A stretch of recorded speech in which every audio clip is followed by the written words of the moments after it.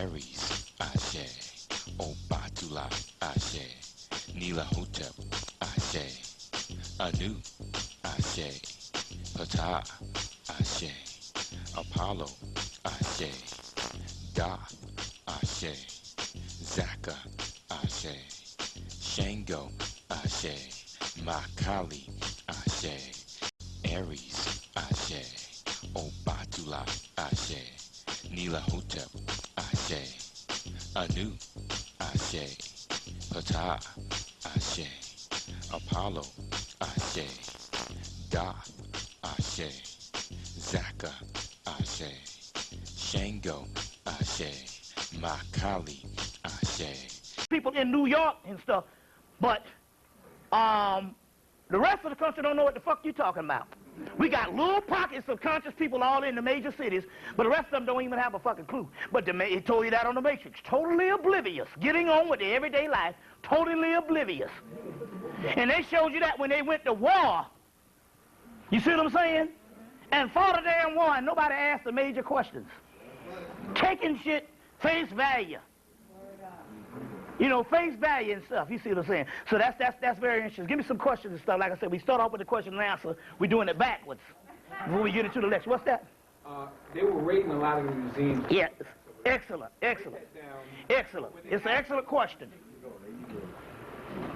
When they went into Baghdad, the first thing they did, when they was dropping the bombs and all that, the people was off the streets. They secured the perimeter. They went in there and they carted out what they were supposed to cart out. They went to the library and they carted out what they were supposed to cart out. And they did the raid themselves where they took all that out.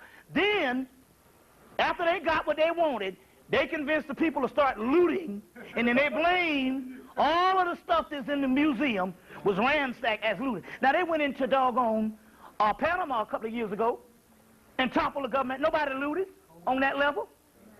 You see what I'm saying? So, that was a part of the scheme. To get up in there, get what they want, and they spent 3, 4, 5 days. They got all the major artifacts of what they wanted, and then they encouraged looting so that could be the excuse. They also got what they wanted out of the library, then burned it. You know what I'm saying? So this is a scam and a scheme, and I'm going to go into what that was also about. There's some other things that they was very scared about, that they were afraid of, but that was one of the keys. That was one of the keys and stuff. They got what they wanted out of there. 2 aspects of that. What's that, brother?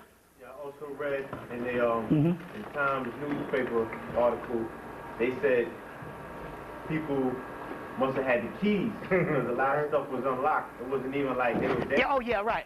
They didn't break down no doors. You see, this is interesting. There's 2 things. Number one, we know that there's a lot of stuff over there in that particular area because here goes again. We got to get out of that old continental shit. So you keep thinking Africa. If it's one landmass and one people at the beginning, if you thinking ancient, then the whole concept of Africa being the cradle of something, all of it is the cradle of something. Hell, you go right to Montauk, Long Island. They say at Montauk, Long Island, that was the beginning of where man first stood up. And these was black. Montauk was black. So that whole concept, if we're looking at this thing as Africa, we miss it. You see what I'm saying? The Afrocentric community, we understand was academia, and the man said, okay then, we're going to give you some shit. You got to pick a continent. That's the way they do things in academia. You can't have the whole world. Right. But then again, on the other hand, that's what the whole study is for us as a whole world. And that's what's messing us up is that we don't understand. We say, why they ain't raiding Africa? No, it's all of that is Africa.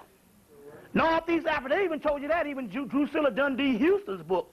All that is the ancient Kushite Empire that reached all the way up into doggone Kush, India, Indus Kush. So that's all Northeast Africa. We got to get out of this continental thing. That's what's fucking us up. You understand what I'm saying? That's what's messing us up, you know, when we exclude the Olmecs and all that, but we're not talking, and this whole concept of what came after. You see what I'm saying? We're talking about something that's way older. You see, and they got us locked into this Africa thing, and it's messing up the flow of things when we see them maneuvering. You see, when we see them maneuvering and stuff, this stuff is a lot older than that. So now, in that particular aspect and all, which is very interesting here, because in this book, Myths from Mesopotamia, this is coming from Oxford University, Oxford Books Press, Oxford World Classics, Myths from Mesopotamia by Stephanie Dolly. In the chapter of, I want to show you this. This is in the descent of Ishtar. The descent of Ishtar. Now, Ishtar is nothing but a form of Isis. Ishtar, Anana, Isis, the same thing of the goddess. In the descent of Ishtar, this is what it says, and I'm quite sure that this scares the hell out of them. I'm going to read this. It says, Ishtar is going in to try to retrieve her husband. In this case, the husband is, in Inanna, it's, what's the guy's name? It's Tammuz. It's Tammuz or whatever. Let me see what, in this particular one, Ishtar is trying to, it's Tammuz in this one, in this particular thing. So her husband is thrown into the underworld, just like Osiris thrown into the underworld. And Ishtar is going in to retrieve her husband. Okay. She goes down to the gates of the underworld. And she says, let me in. Open your gate for me to come in. If you do not open your gate for me to come in, I shall smash the doors and shatter the bolts. And I shall smash the doorposts and the overthrown doors. And I shall rise up the dead, and they shall eat the living. And the dead shall outnumber the living. So here it is. So what you got here? You have something that they don't know whether something is supposed to be in the future or supposed to be in the past. Obviously, these things are so old but there's no record to say that this stuff actually happened in the past. A lot of this stuff is happening in the future. Now, I want to read that again. She's descending, this is Isis in some mythology, Aset, and this thing is Ishtar, and which is the Babylonia, Persia, Iraq. So she's descending into the underworld to get her husband, just like Isis had to come and put her husband back together. So Ishtar is going in to get Tammuz. And what she says is, open your door. She's telling the gatekeeper, open your door for me. Open your door, your gate, for me to come in. And I shall, if you do not open your gate, I shall smash the door, shatter the bolts, and I shall smash the doorposts and overrun the doors. And I shall rise up the dead, and the dead shall eat the living, and the dead shall outnumber the living. So now, if you're studying this stuff and you realize that obviously this didn't happen on earth before, then this might be a future reference to something that's happening. You see what I'm saying? And this is coming out of Iraq. I would be scared too. And this is just one incident of stuff that's going on and all. Go get the movie The Guardian. Write that down, The Guardian with Mario Van Peebles. And in that movie they find this ancient chest in Iraq. They got people invaded Iraq. They got this ancient chest, and on the side of it, it said the dead shall eat the living. So to try to understand this on the spiritual aspect, you need to get The Guardian, you need to get at least 3 versions of the Wishmaster series of videos where they talk about the jinn shall walk again. You see? The jinn shall walk again. So this is some stuff. So this is some terrifying stuff. Only if you get out of this Africa thing, because we're still looking at that piece of continent. You see what I'm saying? And the whole earth is ours, and we don't understand. That is just as sacred as Kilimanjaro. So if you get out of the whole Africa thing and understand that Kilimanjaro is sacred, then you will understand that the Tigris and the Euphrates is just as sacred. It's our shit. And therefore, we throwing the baby out with the bathwater by focusing on Africa. They got us stuck in Africa. And that's our land. Now, Basra was 85% people that look like you. Now, in the 1980, I talked about this last time, in the 1989 exposition, they had a thing of the whole Saudi Arabian expedition. They had it in Atlanta, Georgia in 1989, and they went from Saudi Arabia on up into Iran. And I was looking and I was shaking my head. I said, is this the West African exposition? Because everything there was blue-black. You see what I'm saying? So here it goes again. That whole concept was going down with the whole war thing. You see, Basra was damn near 85% blue-black. And here it is again. They done sequestered the people. And they still showing these,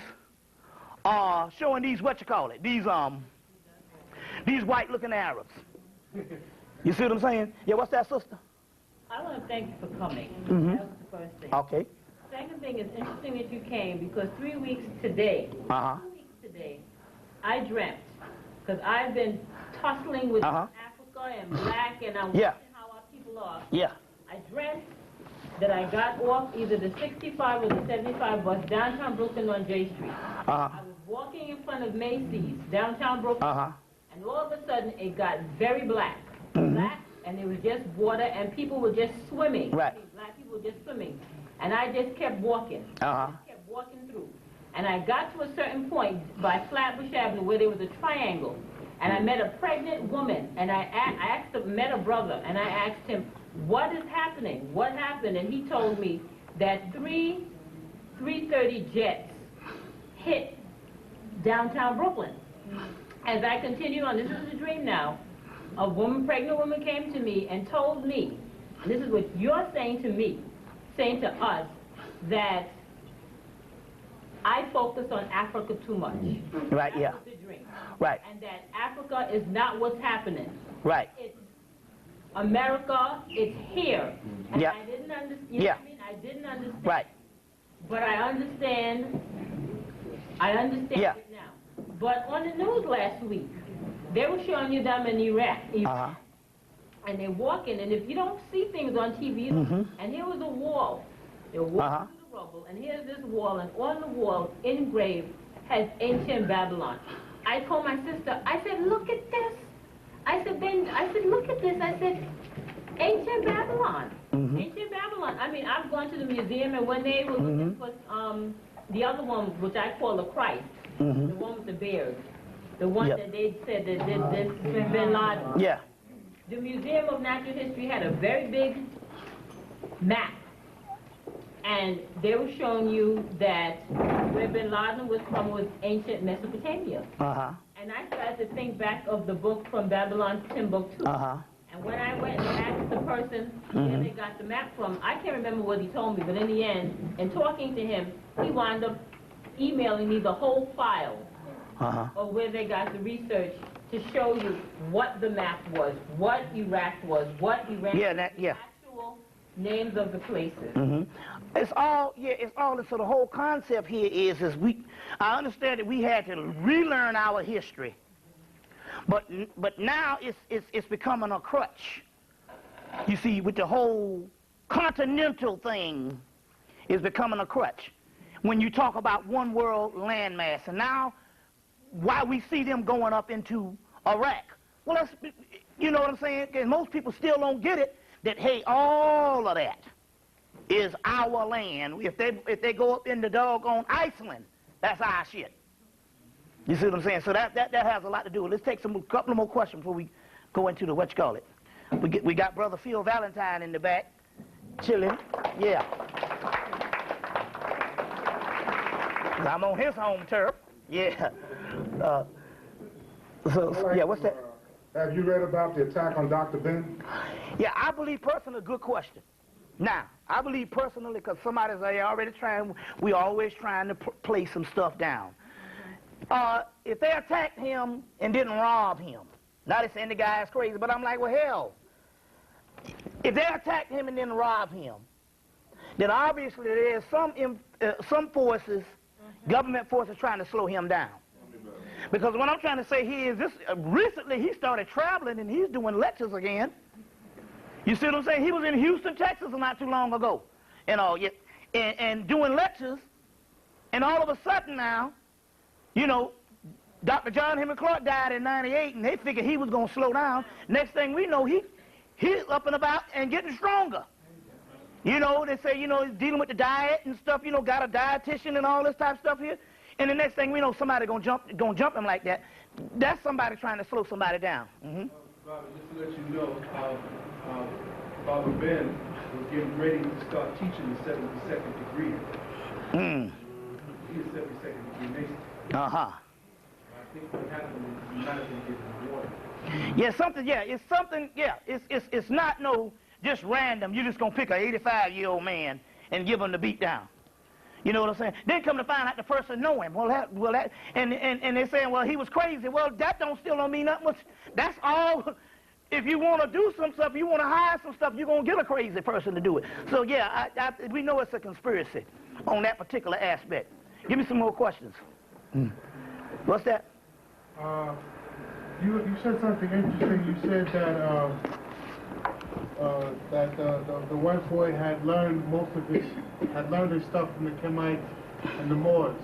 But what confuses me is that I thought that the Moors were Muslims. Yeah, that's a good question, and I got a great answer for it.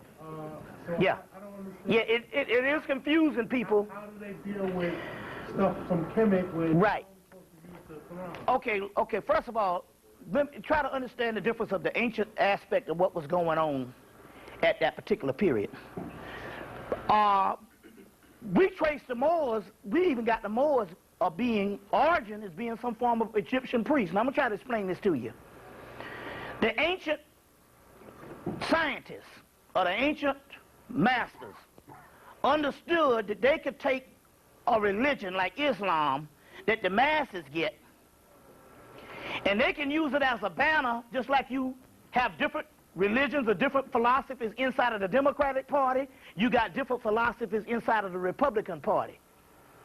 They understood that they could take a religion, and the religion would be more of a banner or an organization that they can go into and use as a political tool to go into certain countries, because they know they're going to be dealing with people on a certain menial level. So they needed to organize under a banner. So these priests could go in.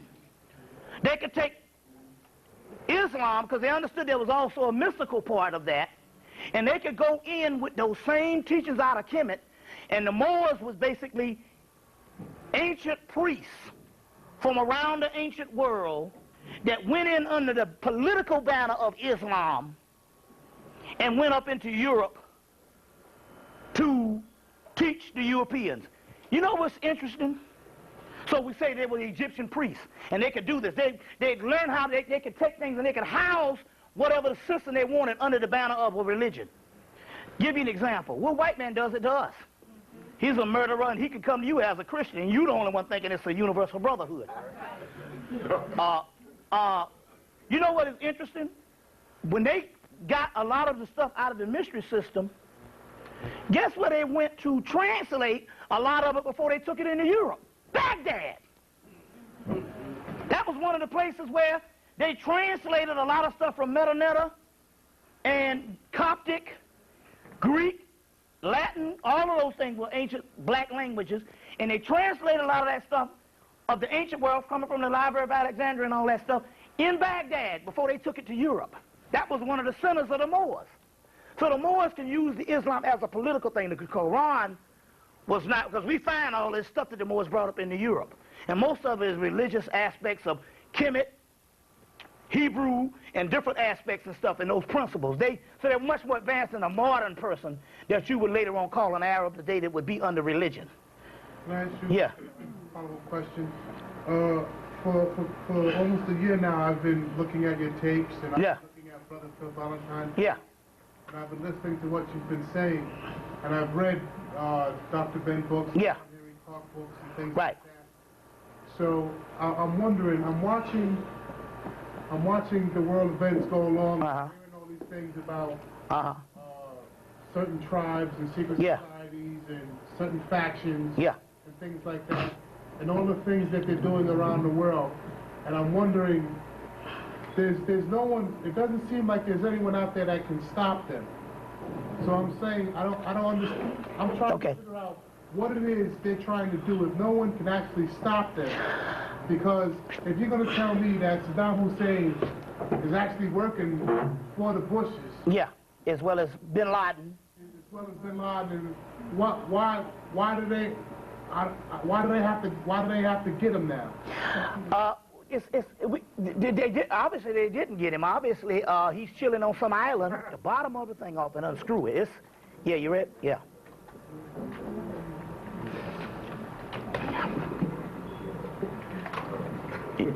Okay, then you got to put that on. All right. Okay, I'm on. You know what, man? Spite what it might seem on a paranoia, man, this is some beautiful time. I welcome all that shit that Bush and them doing. Don't you understand, man, that that's a part of the game. Bush out on a fucking blue tie. They're part of the game. They put Bush up there to tear down the damn country. This is a game, man, to them. I'm in love with the shit, man. I'm not even worried about, like you're saying, black people out here and stuff as far as what they do. We got to get off that because the simple fact, that doesn't exist. The masses don't exist as far as being a people that we're together with.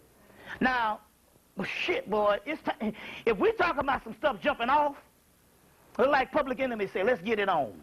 And obviously, let's look at it this way. Psychologically, they got us. We are defeated in the aspect that we can't even give this shit away. Your own family members looking at you like you a fool. Oh, they're doing that old black shit again. So now, the point I'm trying to make is this. If we are defeated and at the lowest point that we could be as far as consciousness, and we see these people going and doing all this stuff, anyway, that means to let you know that there's a sign that there's a shift and a paradigm shift is going on because they're the first to know it. So in actuality, I welcome it. You see what I'm saying? If you get off the paranoia, it's beautiful what the hell Bush and all them doing. Hell, it's giving my life a little more fucking excitement. Meanwhile, the way they got this thing rolling now, it ain't even us against them.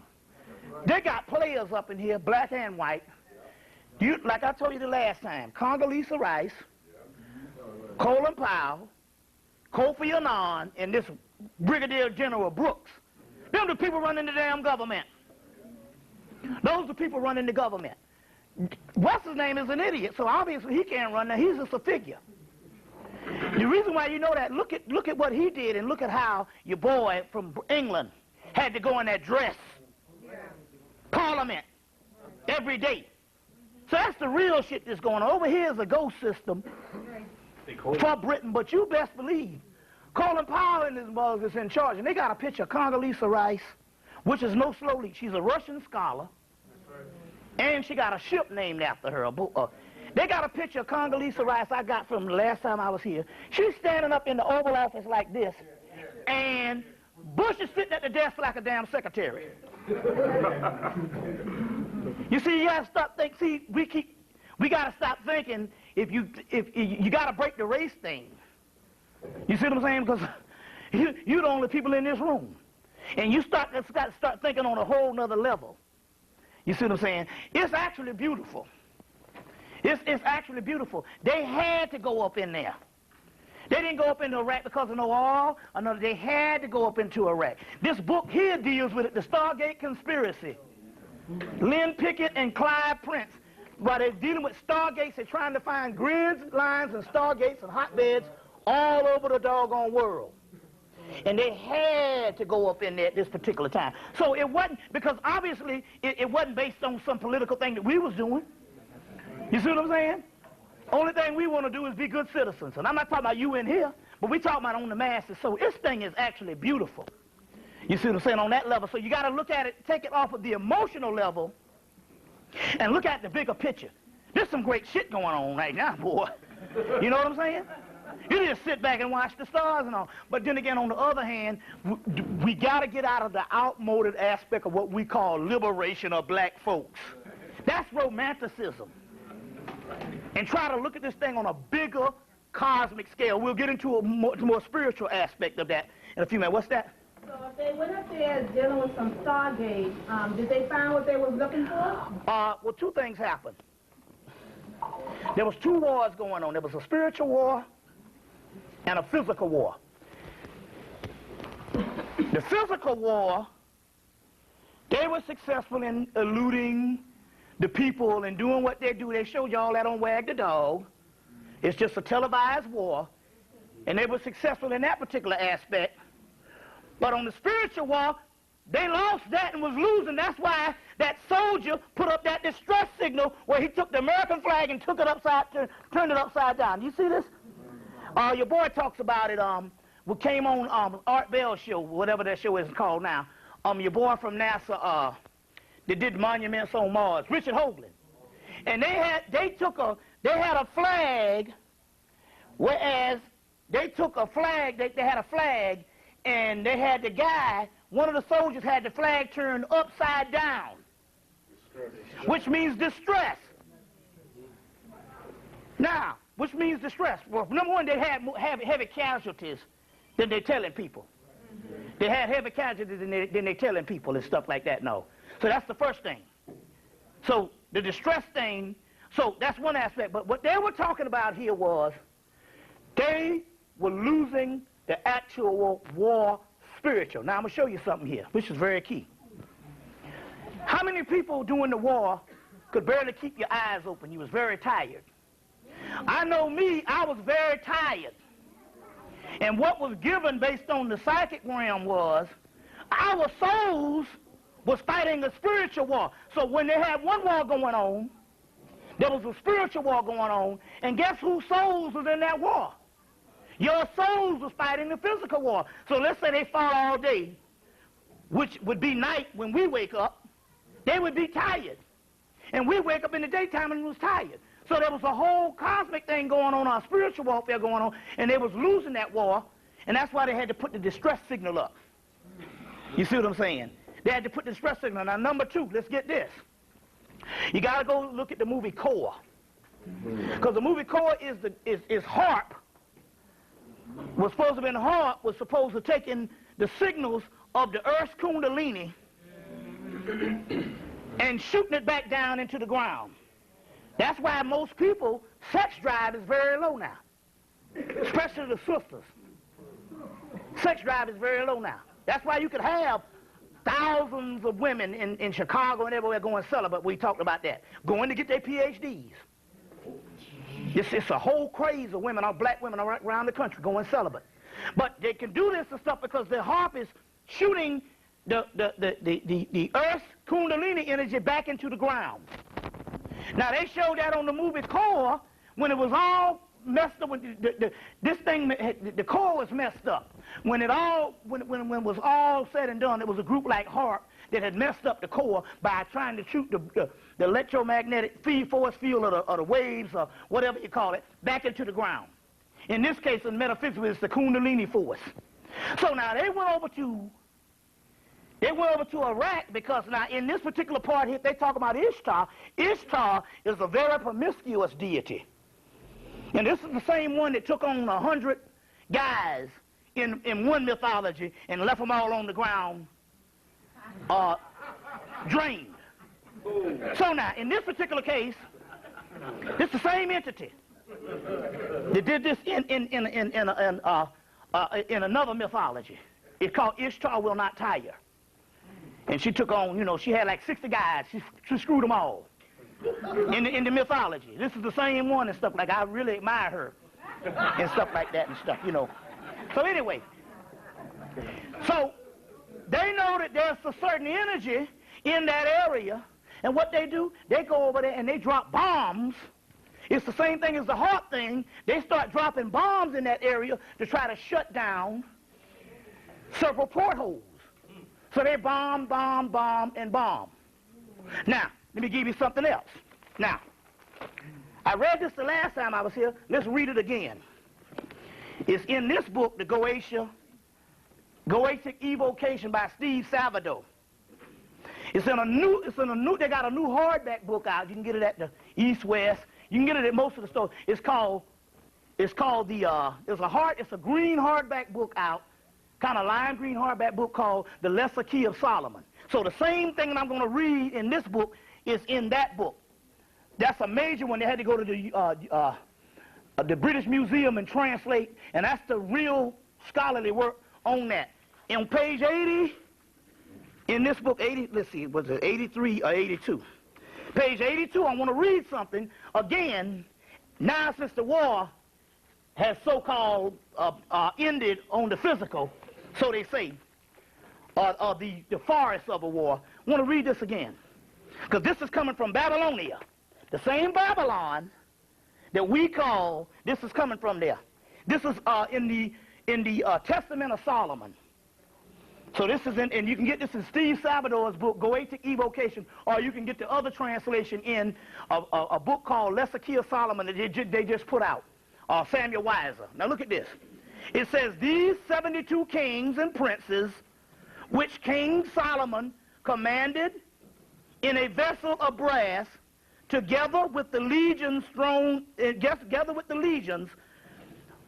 Belial, Belieth, Asmodai, Gap were chiefs. And it is to be noted that Solomon did this because of their pride and never declared a reason why he thus bound them. So Solomon comes and binds these entities up. Go get the movie Wishmaster where they bound these entities up and put it in the stone and put it in the actual statue.